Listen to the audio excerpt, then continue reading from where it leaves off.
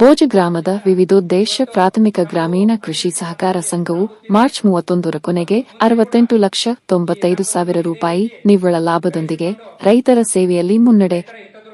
ಸಂಘದ 2025-26ನೇ ಸಾಲಿನ ವರದಿ ಪ್ರಕಟ.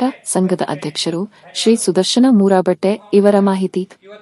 ನಿಪ್ಪಾಣಿ ತಾಲೂಕಿನ ಬೋಜ ಗ್ರಾಮದ ವಿವಿಧೋದ್ದೇಶ ಪ್ರಾಥಮಿಕ ಗ್ರಾಮೀಣ ಕೃಷಿ ಸಹಕಾರ ಸಂಘವು 2025-26ನೇ ಸಾಲಿನಲ್ಲಿ ಕಳೆದ ವರ್ಷಕ್ಕಿಂತ ಹೆಚ್ಚಿನ ಪ್ರಗತಿ ಸಾಧಿಸಿದ್ದು, ಸಂಘದ ಒಟ್ಟು ಸದಸ್ಯರ ಸಂಖ್ಯೆ 2,706, ಷೇರು ಬಂಡವಾಳ 1,94,00,000, ಸದಸ್ಯರ ಠೇವುಗಳು 26,25,00,000, ಗುಂತಾವಣೆಗಳು 14 ಕೋಟಿ ಮೇಲ್ಪಟ್ಟು, ದುಡಿಯುವ ಬಂಡವಾಳ 48,51,00,000 ದೊಂದಿಗೆ ಪ್ರಸಕ್ತ ಸಾಲಿನಲ್ಲಿ 68,95,000 ರೂಪಾಯಿ ನಿವ್ವಳ ಲಾಭ ಗಳಿಸಿದ್ದು, ಇದು ಕಳೆದ ವರ್ಷಕ್ಕಿಂತ 3,13,00,000 ರೂಪಾಯಿ ಹೆಚ್ಚಳವಾಗಿದೆ ಎಂದು ಸಂಘದ ಅಧ್ಯಕ್ಷರು ಶ್ರೀ ಸುದರ್ಶನ ಮೂರಾಬಟ್ಟೆ ಇವರು ವರದಿ ವಾಚನ ಸಂದರ್ಭದಲ್ಲಿ ಮಾಹಿತಿ ನೀಡಿದರು.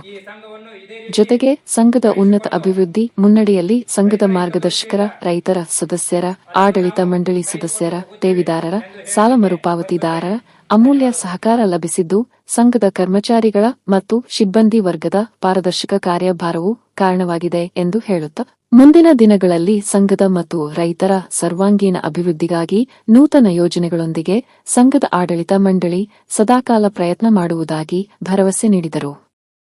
ಭಾವದಿಂದ ಇವತ್ತು ಸಂಘವು ಅಭಿವೃದ್ಧಿ ಪಥದಲ್ಲಿ ಸಾಗುತ್ತಿದೆ ಮತ್ತು ಮುಂದೆ ಕೂಡ ಈ ಸಂಘವನ್ನು ಇದೇ ರೀತಿ ಬೆಳೆಸಿಕೊಂಡು ರೈತರ ಹಿತದೃಷ್ಟಿಯಿಂದ ಅದನ್ನು ನಾವು ಕಾಯ್ದುಕೊಂಡು ಹೋಗುತ್ತೇವೆ ಎಂದು ಹೇಳಲಿಕ್ಕೆ ಬಯಸುತ್ತೇನೆ.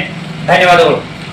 ಸಂಘದ ಕಾರ್ಯಾಲಯದಲ್ಲಿ ಕರೆಯಲಾದ ಸಭೆಯಲ್ಲಿ ಪ್ರಸಕ್ತ ಸಾಲಿನ ವರದಿ ವಾಚನ ಸಂದರ್ಭದಲ್ಲಿ ಸಂಘದ ಮುಖ್ಯ ಕಾರ್ಯನಿರ್ವಾಹಕರು ಶ್ರೀ ರಾಜಗೌಡ ಪಾಟೀಲ ಇವರಿಂದ ಉಪಸ್ಥಿತರೆಲ್ಲರಿಗೆ ಅಭಿನಂದನೆಗಳನ್ನು ಸಲ್ಲಿಸಲಾಯಿತು.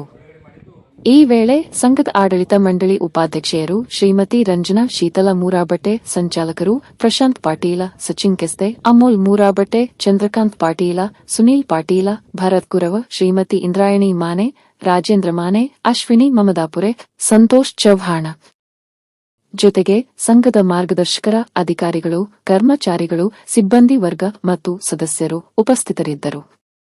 ಸಮಾಜ್ ಕಾರ್ಯ ನ್ಯೂಸ್ಗಾಗಿ ಬೋಜದಿಂದ ಸಂಪಾದಕರು ಸಂದೀಪ್ ಕುರುಂದವಾಡೆ.